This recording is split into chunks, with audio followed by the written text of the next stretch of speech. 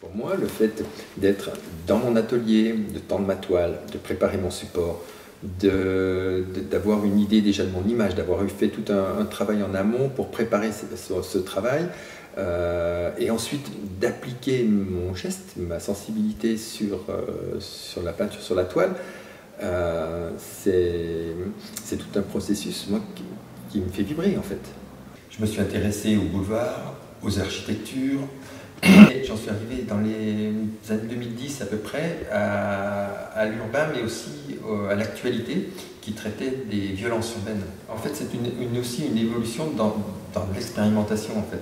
Mon travail n'était plus que observateur, il y a un fil conducteur. Si on regarde mon travail, même depuis le début des années 90, où je peignais des grands peupliers, des arbres d'une manière très architecturée jusqu'à aujourd'hui.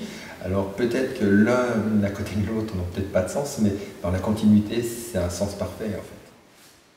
J'ai une chose à dire, j'espère maîtriser à peu près mon médium. Alors il évolue en fonction, là en ce moment je travaille à l'acrylique, comme si je travaillais avec des aquarelles. Mais je pose mes couleurs, je pose mes couches de la même manière que quand je travaillais à l'huile. Et c'est ces expériences-là, parce que je les connais, parce que ça fait 30 ans que je travaille avec ça, parce que je sais quel coup de pinceau va donner de la lumière ou pas. Et ça, je ne le calcule même plus aujourd'hui. Je ne suis pas un peintre expressionniste, donc je ne vais pas essayer, ou alors je vais le faire pour m'amuser, pour une expérience, mais je ne vais pas faire un travail d'abstraction, parce que ça ne me correspond pas. En fait, ce sont une superposition de couches abstraites qui fabriquent ma peinture.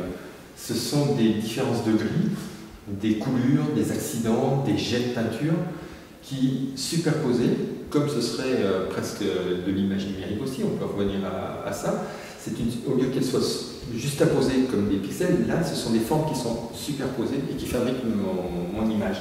La photo elle-même, elle disparaît, c'est ce qu'on peut dire, c'est-à-dire qu'aujourd'hui elle peut être intéressante, demain elle n'aura plus aucun sens, alors que la peinture a encore un sens. Demain aujourd'hui, par sa poésie, par l'impact qu'elle peut représenter, par sa grandeur, sa dimension, par sa matière, c'est une trace. Toute l'exposition porte sur le regard.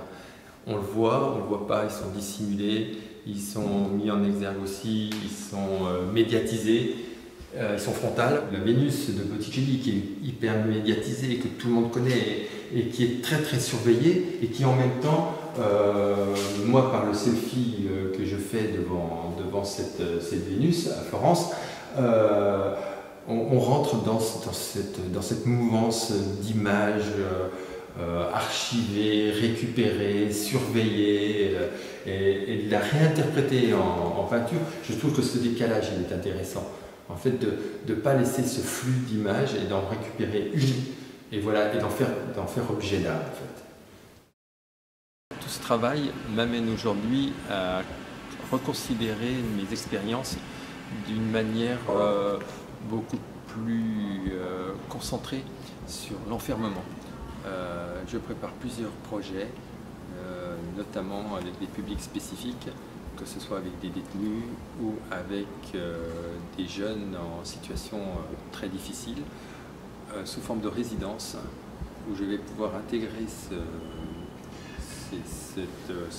un nouveau fonctionnement en fait, pour continuer mon travail de peinture.